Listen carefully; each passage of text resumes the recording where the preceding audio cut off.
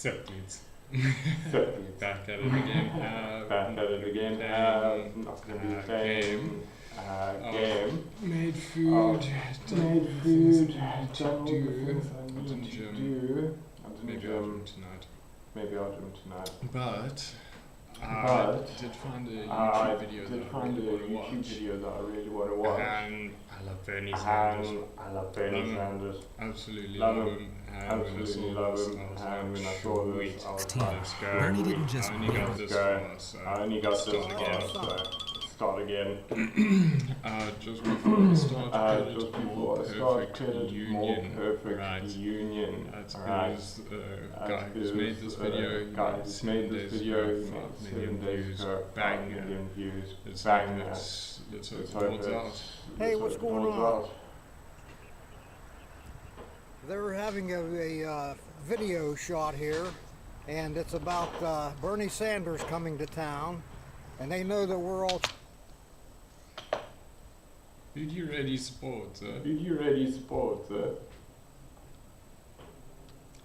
liked Hillary? Trump supporters. What happens when you put Bernie Sanders in a room full of Trump voters? I was shocked. I was like, oh. Not as bad as they had told you, huh? This is not how he's portrayed. It's complicated. I'm actually super interested. Obviously, I have a pretty good image of Bernie in my head. He seems like a good guy to me. How he's portrayed to these people, because obviously their news cycles and stuff will be very different to mine. I would love to see, I think he's like a communist, like devil. See. But then again, so is West Virginia. This is West, by God, Virginia. A state that voted blue for almost 80 years straight, until it flipped hard to become the second reddest state in the country. Years straight. That's crazy. Until it flipped hard to become the second reddest state in the country. This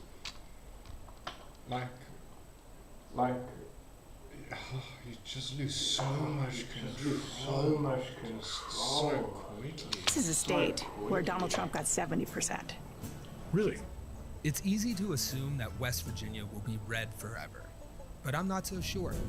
I live here, and I talk to a lot of Trump voters about floods that... You know, what I really like is with everyone not trusting mainstream media sources so much, you get a lot of people like YouTubers and stuff doing journalism themselves, which I think is kind of fantastic. Like individualized news journalism. But unfortunately, they can take payment from Russia or in the background.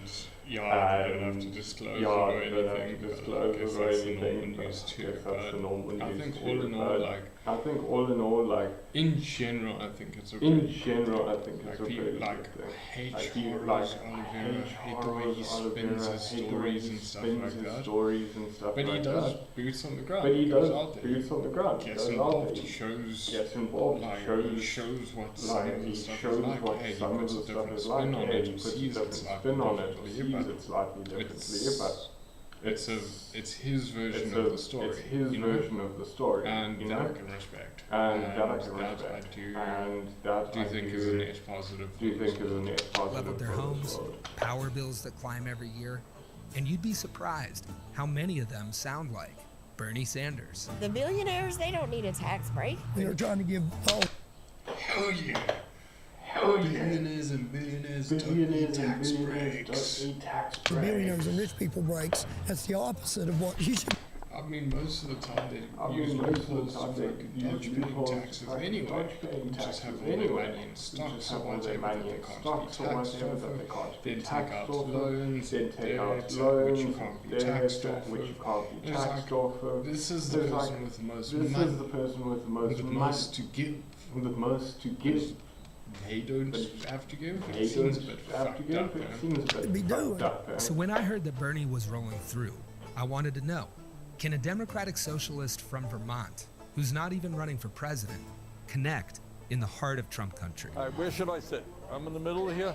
And what would it mean for the rest of the country if he did? You started with Trump, and then now you're a whole volunteer. A whole volunteer for Bernie Sanders. He's just ultra liberal. He's a socialist. I'm sorry to get everybody in trouble here. And me? I got to drive him around in my truck and find out. Senator, welcome back to West Virginia. I know it's not your The man himself. The Bernie Sanders. I couldn't even become president. So much stuff would have been better. If the fucking Democrats would have just put him in. I swear half the wars around the world wouldn't be happening. I guess Trump supporters. I'm gonna end all the wars. It's just gotten worse. first time here. No, it is not. Been here several times, and I must tell you, I love the state, actually. It's a beautiful state, and I very much enjoy the people. Very down-to-earth, working-class people.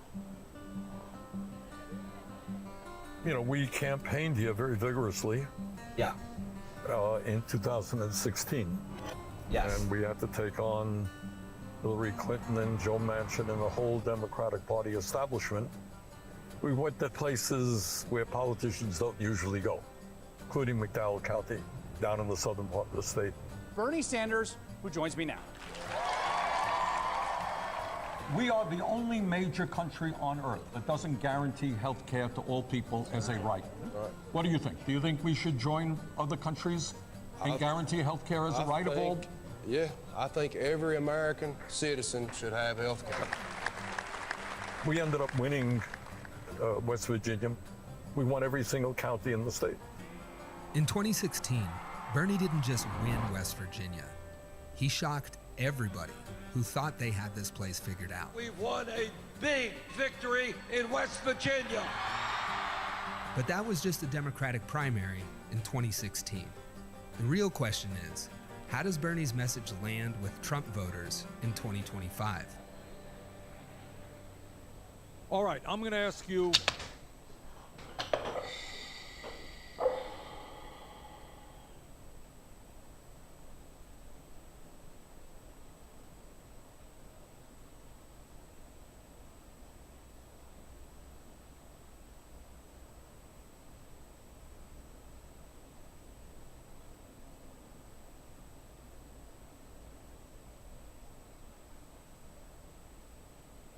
Sorry, I've just seen copyright some of the copyright music from the stream yesterday.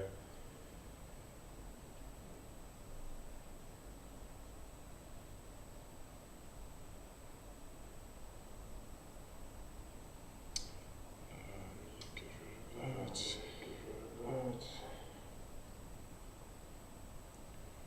Okay, that's sorted. Get rid of those. It's annoying.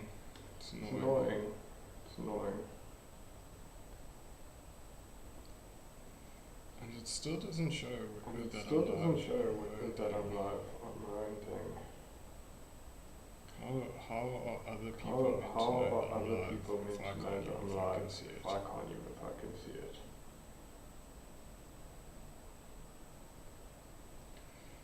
Alright, here we go. Alright, up and running. A question. Up and running. Come back to me. Sound good? All right, talk about health care here in Mingo County. What's the story? I see a hand woman right here. Please stand up. Hi, my name is Sheila Rose, and I ended up back in Mingo County where I grew up after a chronic illness paralyzed me about 4 years ago. I've come a long way since then, but anytime I need to see a specialist, it's a 2-hour trip. Anytime I need a referral to a new specialist, it's a 6-month wait. There is no way to stay healthy in Mingo County. Mingo County is in the southern coal fields of West Virginia. You see, there is a problem with socialism. Socialism. So the way I see it is, if you do socialism properly, you have a private and a governmental healthcare system, rather than only having the government healthcare system. That way, people who want to spend on healthcare, let's say, better less waiting, stuff like that, they've got money, they can, right? They get their insurance to do all that stuff, healthcare, they do their thing, right? And then, if you're just a citizen of the country, and you pay your taxes and stuff like that, you're not well off. You don't have the money for these kinds of things, especially big operations. If you get cancer or something like that, then it should be the public health sector, the governmental health sector, and that way it doesn't get overrun. That way you don't just have everyone using the same healthcare sector, the national healthcare sector, whatever. And because as people can see in the UK, long waiting times takes forever. People say they wait like 18 hours with giant gashes and stuff like that. But that's also because it's underfunded, very underfunded, and probably because they're giving tax breaks to people like Sir Jim Ratcliffe. Oh wait, he moved to Monaco. And then bought Man United, resides in England. Weird how that happened. For generations, people here dug the coal that lit America's cities and kept the factories running. Now, the coal jobs are mostly gone. And what's left is poverty on a scale that rivals anywhere in the United States. It's crying at the grocery store, choosing between paying a bill or having food in the cabinet or the refrigerator. It affects your health, and then you don't have health care. Child care is ridiculously expensive. So it's very stressful. Okay, thank you very much. Mingo County, like the rest of the state, went big for Donald Trump. So we followed up with some... It just baffles me. Why? Someone who just wanted to give tax breaks and stuff to his mates. And make tariffs make things more expensive, like the lower income. Why did you think billionaire guy had your interest as a poor underprivileged person? Why your interest in mind? Shame, man. I guess it's the desperation and hope. It's kind of like that religious thing of just having faith for the sake of having faith. No. Some of his voters over biscuits and coffee to find out what that's all about. I would have been nervous with a lot of different, celebrities or politicians, but you just seem so normal, His mullet is crazy. I'm not one to talk about it. Alright. But the mullet is crazy. You're obviously just like a normal human. Yeah, and I'm waiting for the damn breakfast here. I'm starving. We already ate. He's so charming. I would love to take an inventory of just personal politics in the last couple of years. Can we start off with that? You're gonna start with me? Yeah, we'll start with you. Yeah. I am independent, but I lean conservative. Not as much anymore as I used to, but I did vote for Trump. But I did post on my Facebook page, instead of I voted, I put I vomited because I didn't want to, but I didn't, Yeah. It is what it is. I voted Republican. I agree with some things of Trump, but most I do not right now. Right. I do not, no. And John, what's that like for you? Well, this is my first time voting because I was just turned 18 right before I was able to vote. So I voted for Trump, but I'm primarily a Democrat. Senator, who'd you vote for? I'm sorry, if you're primarily a Democrat, I guess it was Donald Trump or fucking Joe Biden, and then I don't even remember her name, honestly. She was miserable. Joe Biden was a fucking corpse. The Democrats fucked it so bad. It wasn't Trump.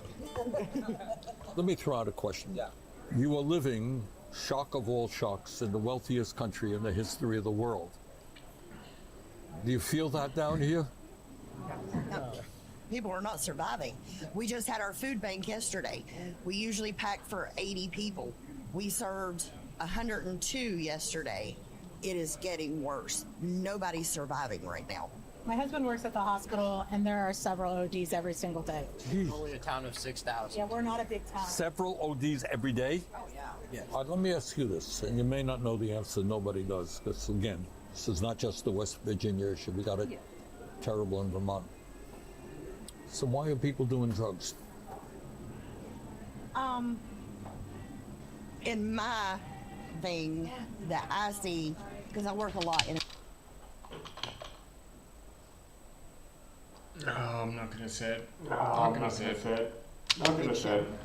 is it's mental health issues. It's what? Mental health issues. Lack of jobs. Lack of jobs, poverty, lack of support for our veterans.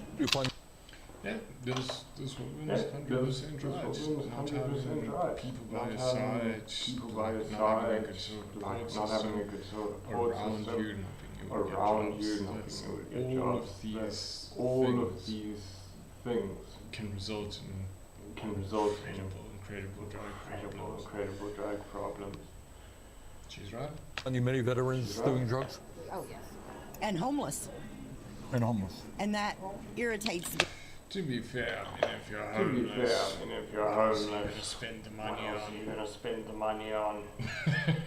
If I'm gonna be sleeping outside in the shack, They stood up, they fought for our country, and we can't even afford. Yeah, the way America treats me, like that's so many, like they fought for their country, they did all the things that uncles had wanted, and then it's just like PTSD. Better get over that and get to work. To give them housing. I always wondered, how did so many drugs get into this state?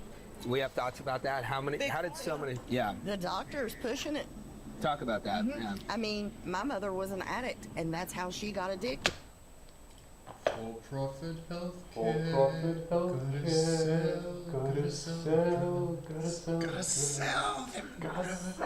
It was, she had a back injury. The doctor kept prescribing. Like oxy.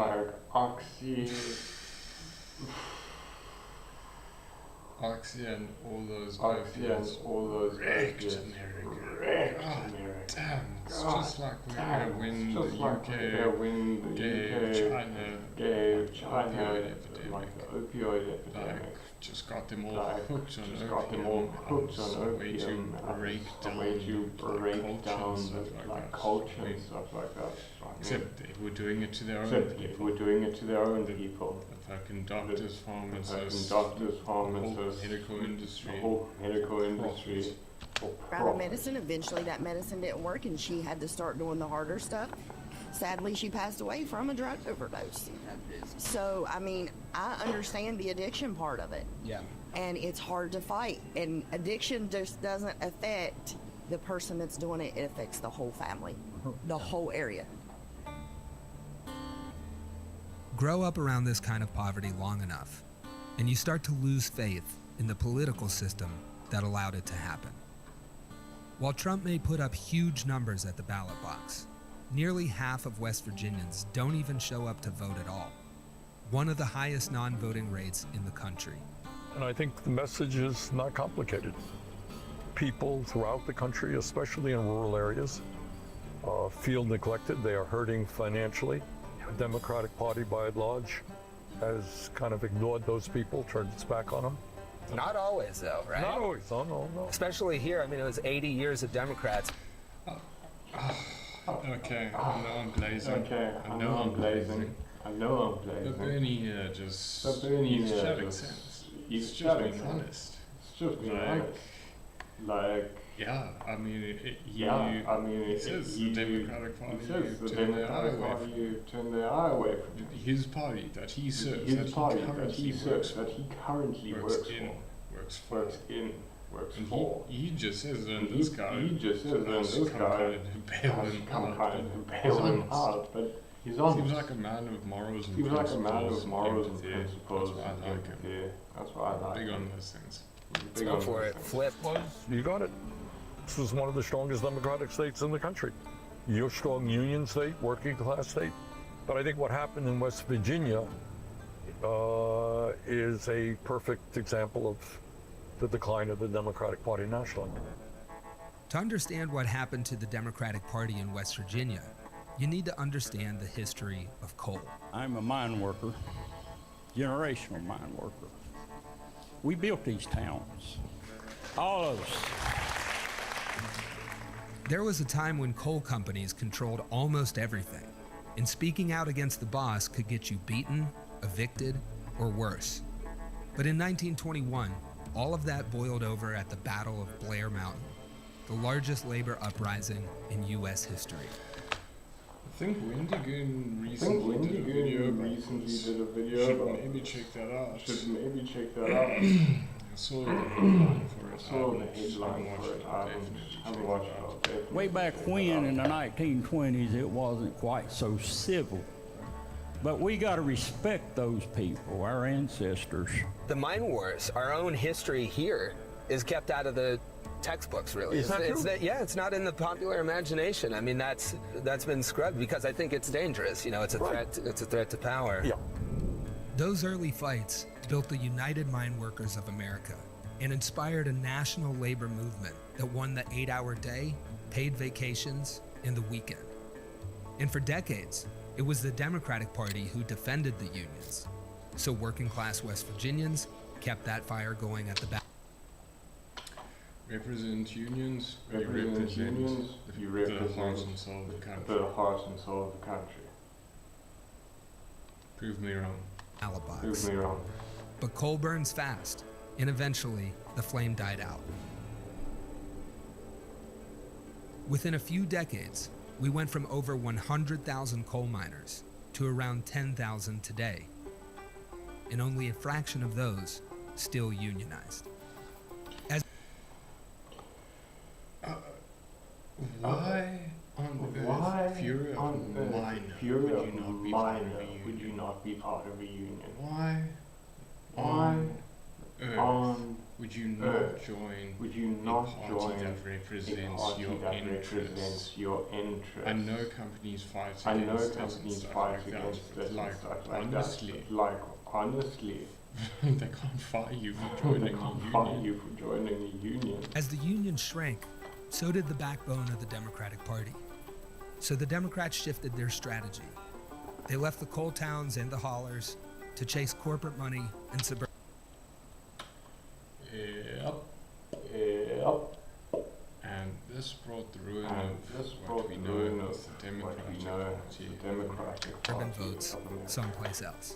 For every blue-collar Democrat we will lose in Western PA, we will pick up 2-3 moderate Republicans in the suburbs of Philadelphia. And you can repeat that in Ohio and Illinois and Wisconsin.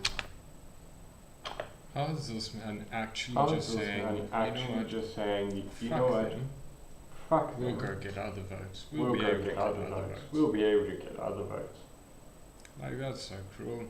I just think politics in general is quite cruel. The whole valley here was Democrat for years and years, and here the last 5 or 6 years, it has evolved into red. West Virginia's turn from deep blue to solid red happened fast, all while hospitals struggled to stay open, classrooms emptied out, and opioids were pumped into these hills. Then came Trump, who promised to turn back the clock. Coal is coming back. Clean coal is coming back. 100%. Donald Trump says he's going to bring back jobs to Appalachia, to the coal mining areas. Yeah, they may do it. You can see President Trump's bringing in all kind of industry. There's going to be jobs up the kazoo. Look, why is Trump president? It's not complicated, in my view. Yeah. The Democratic Party was about protecting the status quo and tinkering around the edges. Yeah. You know, we promise you we're not going to do anything bold. We're very bipartisan. We're going to work. Just spit facts. With the business. This community, we love billionaires. Blah, blah, blah, blah. Okay? And Trump comes along and says the system is broken. Nobody knows the system better than me, which is why I alone can fix it. God, he's a narcissist. Yeah. And you know what? He's right. The system is broken. But yeah, the system's broken, but he alone can fix it. Like that kind of belief system is crazy. That's why it's got such a cult following. It's just this faith thing of just wanting to believe in what he says. Now his solutions only make it worse. Trump, for all his promises, has not brought the coal industry back. But with the big beautiful bill, his signature piece of legislation, he made his mark on West Virginia. It's estimated that more than 50,000 West Virginians will be cut from Medicaid. At least 7 hospitals in the state are at risk of shutting down, and as many as 84,000 people will lose access to food assistance because of this bill. So in this bill, Trump's big beautiful bill, why do you think they cut Medicaid? To save government money so that, what?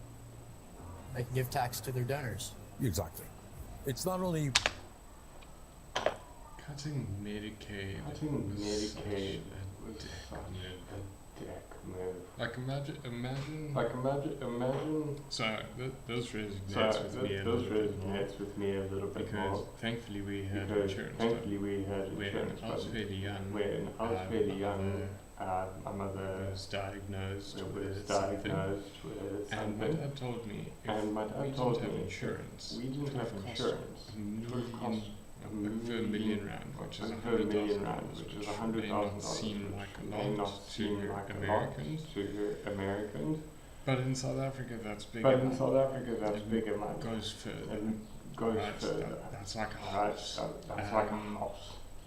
Especially at the time. Fancy house or anything, but a decent house. And yeah, like if we didn't have insurance that covered it, it would have awful, huge dampener. And now I just think like other people who can't afford that. You have to choose. Okay, we have to save their life. We have to save their life, but it's going to bankrupt us, and we're going to live like shit, and no one else will be able to get out there to do anything ever again. Or if your insurance denies it, it's just such an awful thing to think about. $1 trillion in tax breaks to the top 1%. It's a huge tax break to large corporations as well. So why do they need to have a tax break?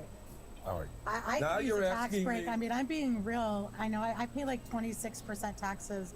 Like, I could use that money. Look, these people on top are not nice people. Facts. They want more and more. They don't have $1 million. That's especially you can't spend a billion. You can't spend billions of dollars like Zuckerberg and his tech oligarchs have.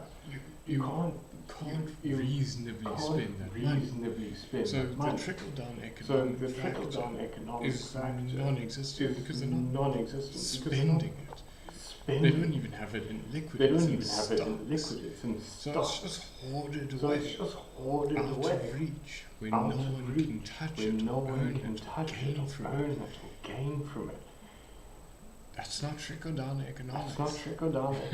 If it was, I think it might have been a nice idea. Certainly doesn't exist now.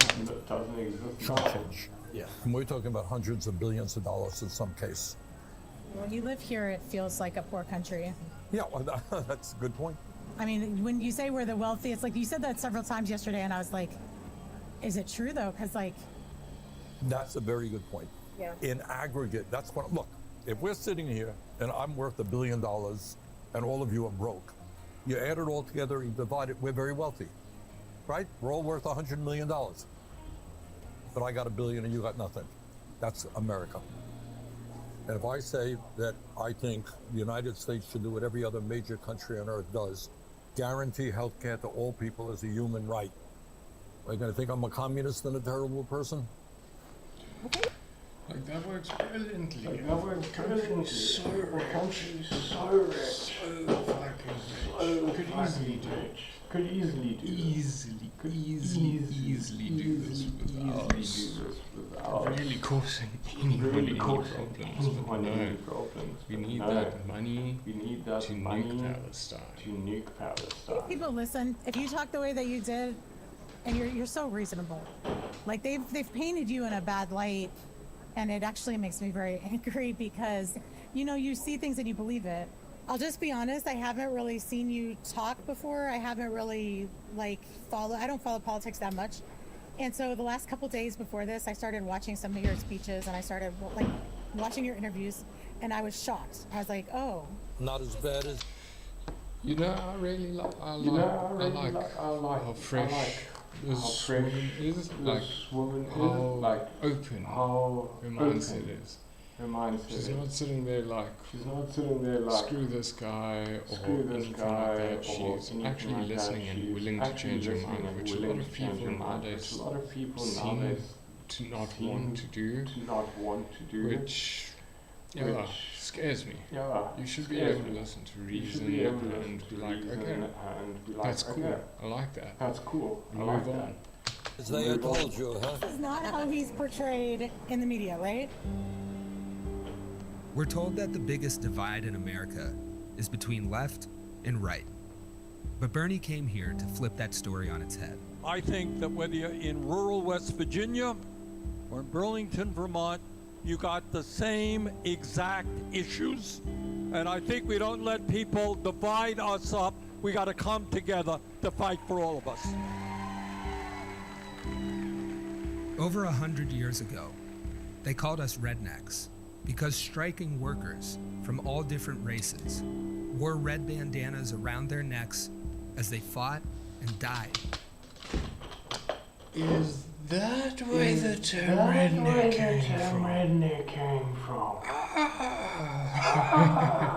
I was assumed it was like obviously your common folk that worked outside, did their manual labor in the soil.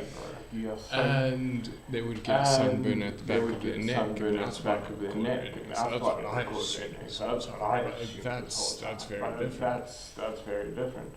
But also, very dope. These people came together of both races to create an uprising. That's tight. Make a union, fight against unfair treatment. Love that kind of shit. Sounds great. For respect and a living wage. That history was mostly erased from our textbooks, but it never went away. It's still here, scattered all across the state. Am I the only one that thought this would be a bit more Crips kind of vibe? Like a redneck town. Rednecks and Crips got something common, yo. If you know where to look. My grandfather fought at Blair Mountain. Your grandfather fought at Blair Mountain? Yes. What do you think this country at this moment needs to learn from your grandfather who fought at Blair Mountain? Well, you just can't stand and let them step on you. You got to get up and fight. So that is what our struggle is about, is to take on the greed of these people and say, you know what? You cannot and will not have it all. Bernie Sanders is 84 years old. He's not running for president. But maybe what he's after is way bigger than one election. How do we get the corporate wing of the Democratic Party, who is just as guilty of taking money from billionaire causes, to embrace a progressive working class agenda, because it's about time? What's your name? Max.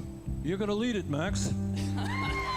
Look, this state was once one of the strongest Democratic states in the country. And I think people gave up on the Democratic Party because the Democratic Party gave up on them. I got actual goosebumps. Actually got goosebumps. Like, I love this dude. I can't praise him enough. Honestly can't. He realizes he's too old for presidency. The Dems pushed him far away from it. Wanted nothing to do with his more hardcore political stance and socialism and stuff.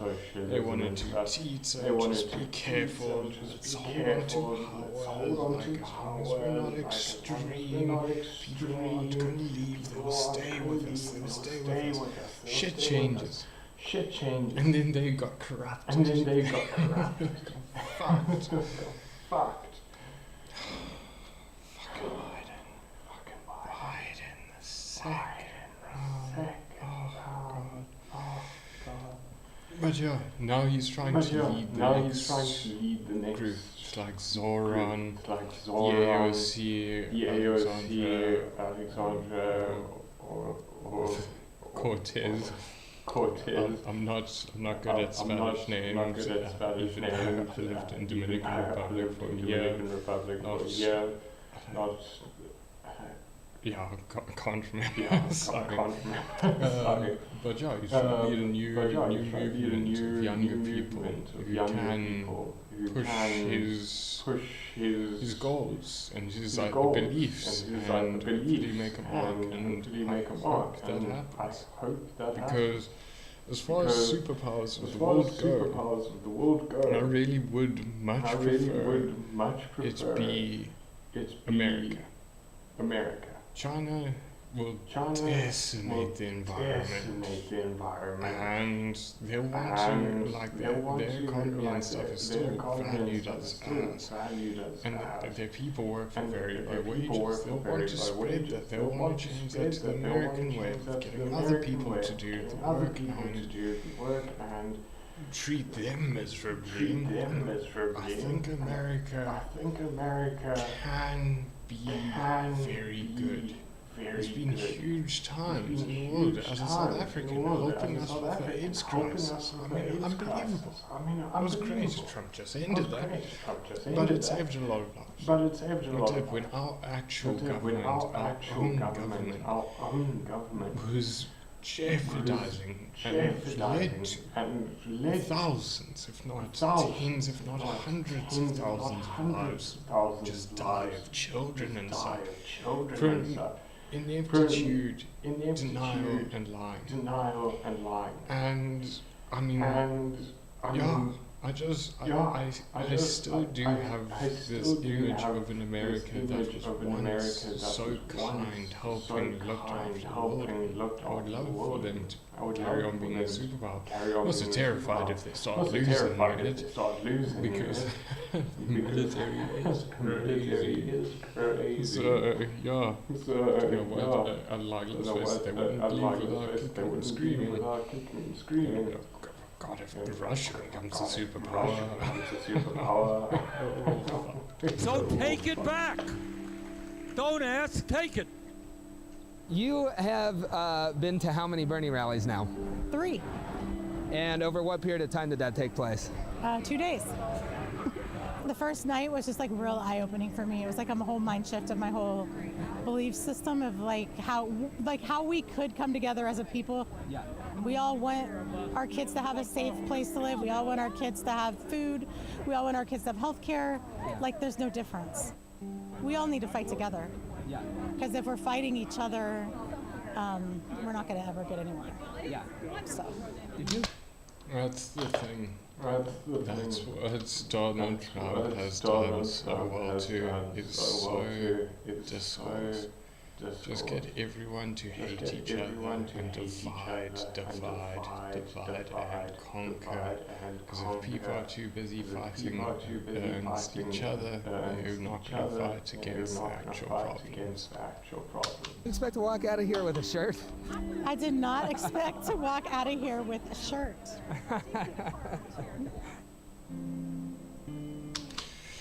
That was a great video. Perfect union. Definitely check it out. I've got link to the channel in the description of this video. So yeah, please go check it out. That was dope. I'm going to go off. I've got to go off. So I can leave here at 20 plus. So I'm gonna watch one more video. Similar topic. And then gonna close off to a session and then hit work. Alright. Sweet. Mayor to mayor. Conversation between Bernie Sanders. So, as I said, Bernie knows he can't become president, so he's got his new people going in. I did have an issue with Bernie, or do have an issue with Bernie and AOC not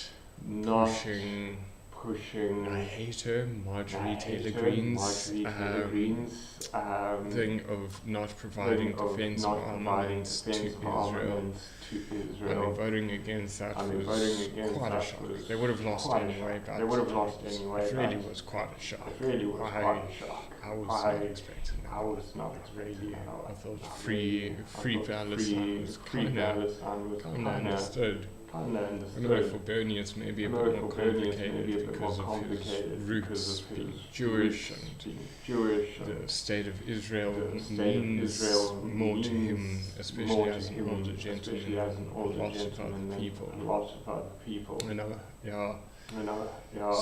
I don't know, but AOC, no excuse on that one. But anyway, let's get on. Senator.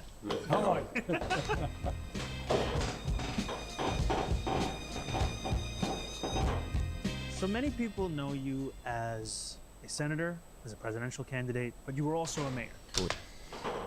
First off, I just want to say, I haven't heard too much of the forum, actually, just like speaking one-to-one. I've seen like debates and like clips and stuff like that, so on the streets kind of things, but like a one-to-one convo like this, I haven't really seen. So I'm very interested to see how crazy is this man's rise, from an unknown to like, it's very likely he's going to be the new mayor of New York City. I really hope he's good. I really hope so. Well, let's find out what we think. 8 years, 4 terms. And the time when you decided to run, Ronald Reagan had just won the presidency. He had even won Vermont. And yet there you were as a Democratic Socialist deciding to run for mayor. What made you make that decision? I think Reagan was part of it. During that period, this is ancient history, we were dealing with serious economic problems. We had come off of the war in Vietnam some years before. And basically, it was an attempt to involve people in the political process to revitalize American democracy. And one of the accomplishments that I am most proud of in my life is between my first and second term, we came close to doubling voter turnout. Wow. How's that? That's pretty incredible. So people had given up on the political process, mostly lower income working class people started to get involved. How did you do that? Here's a radical idea, all right? I don't want anyone to listen. We paid attention to the needs of the people. I know. Oh God. Shocking.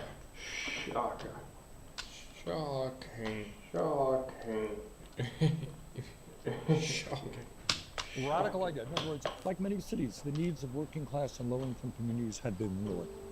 So in Vermont, we get a lot of snow. So we made sure that snow removal took place in low-income, working-class neighborhoods. So we're just talking about the potential of Burlington's waterfront. What do you think?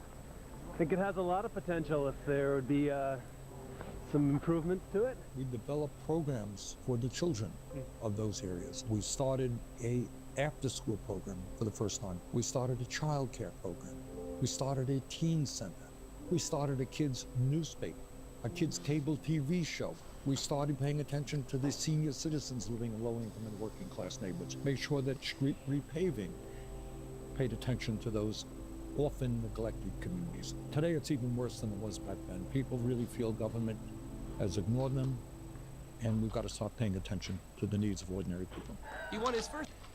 I can tell you what South Africa needs that more.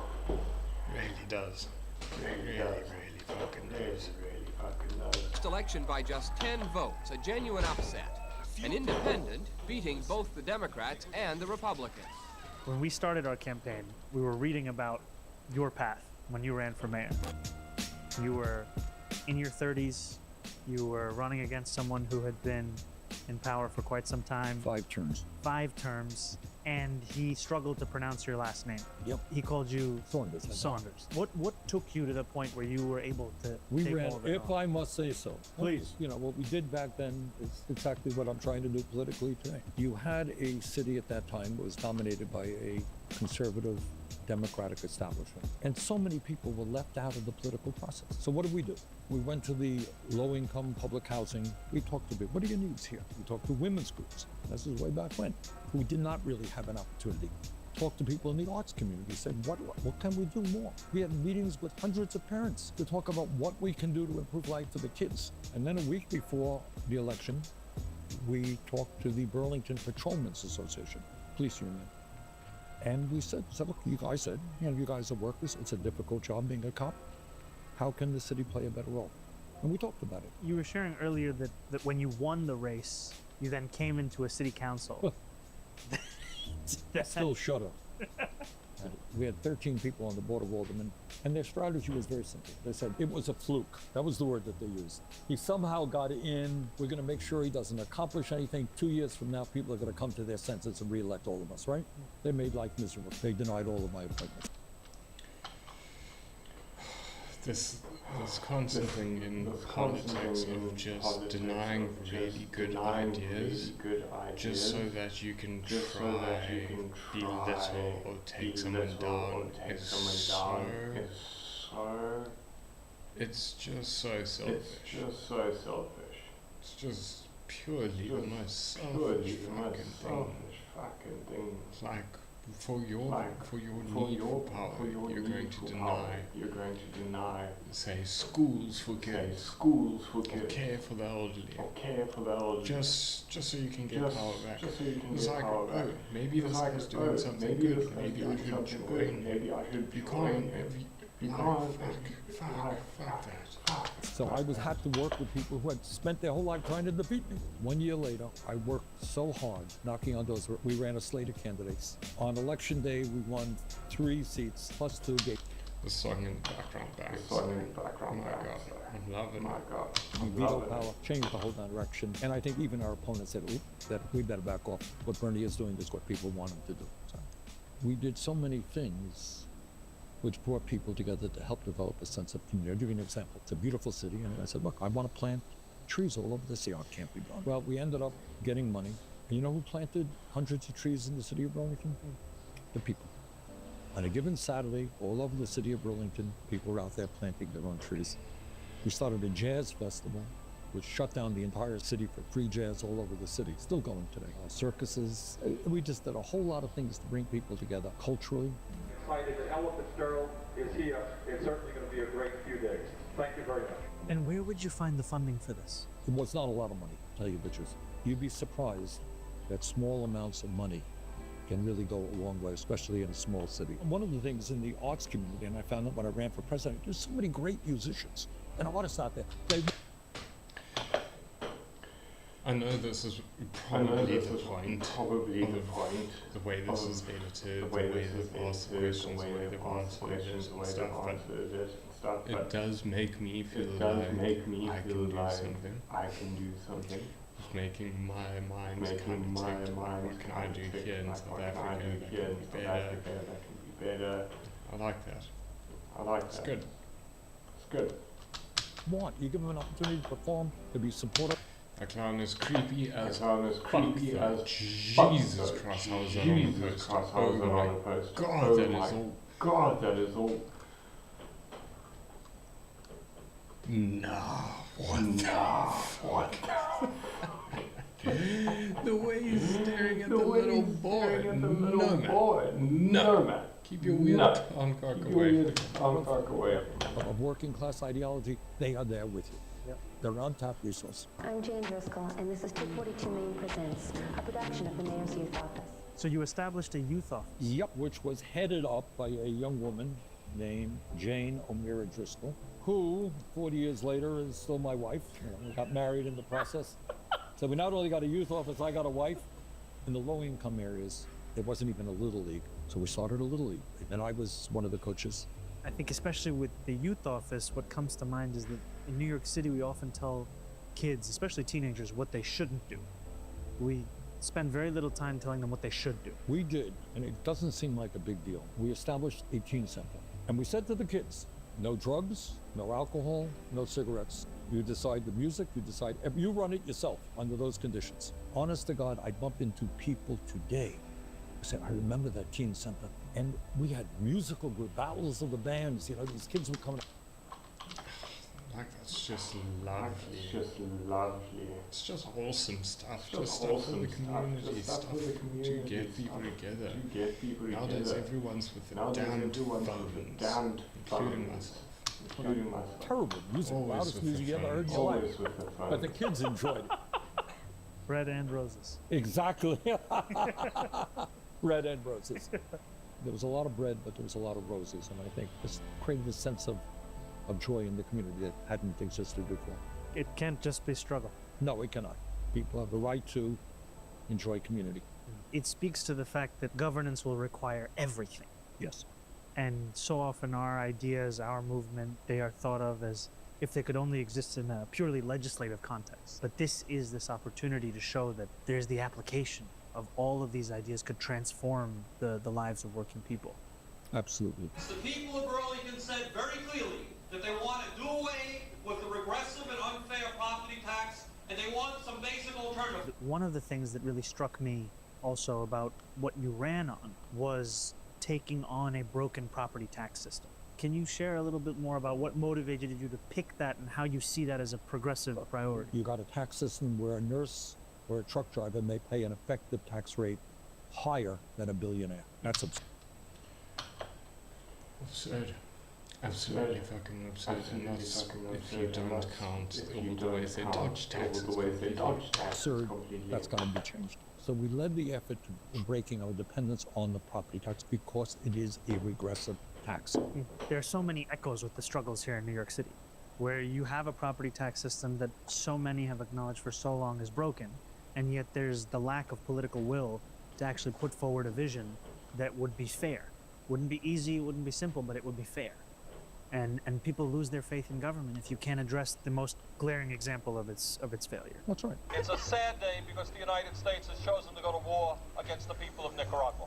When you were the mayor of Burlington, you would also speak up against U.S. foreign policy. I did. That was far out of line with the values of most people across this country. For the last 150 years or so, the United States government, in its wisdom, has decided that Latin America should be a colony of the United States government. How would you balance? Trump is doing what to Venezuela and threatening what to Panama.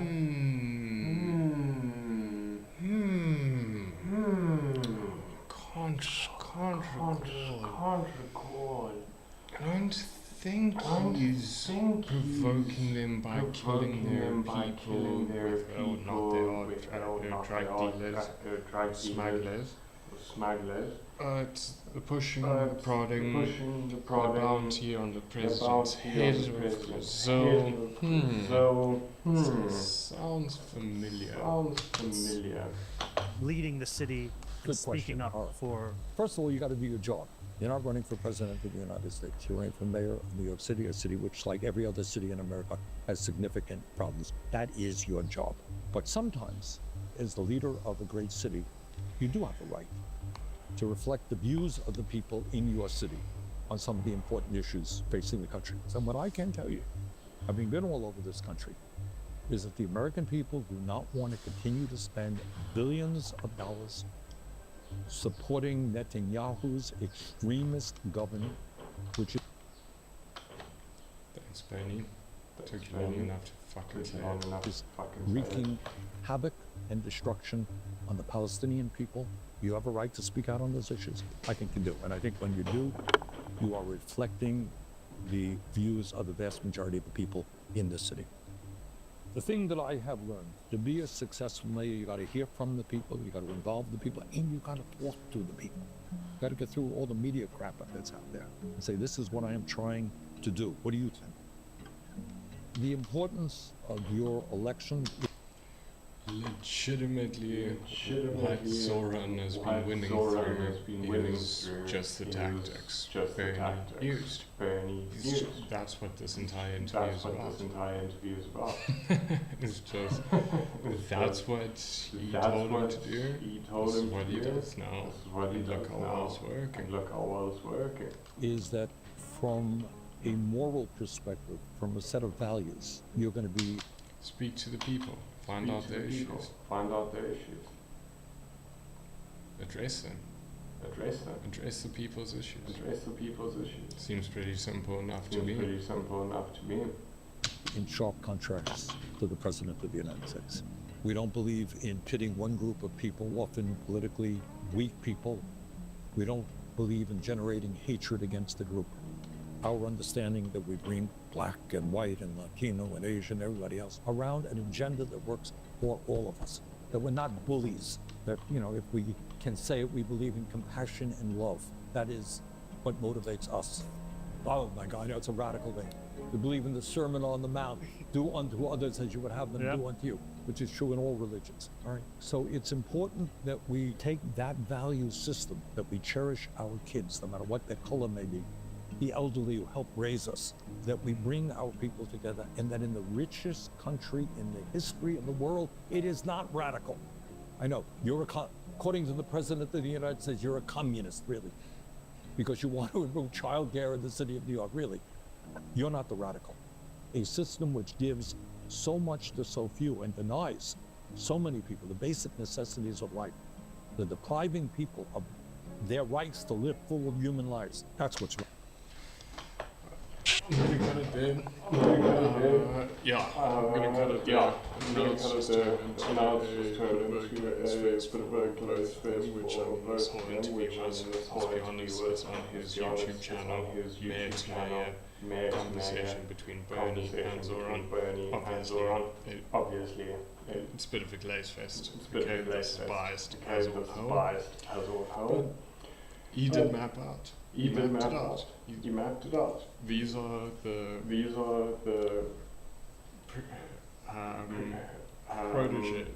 proteges. I think it's great.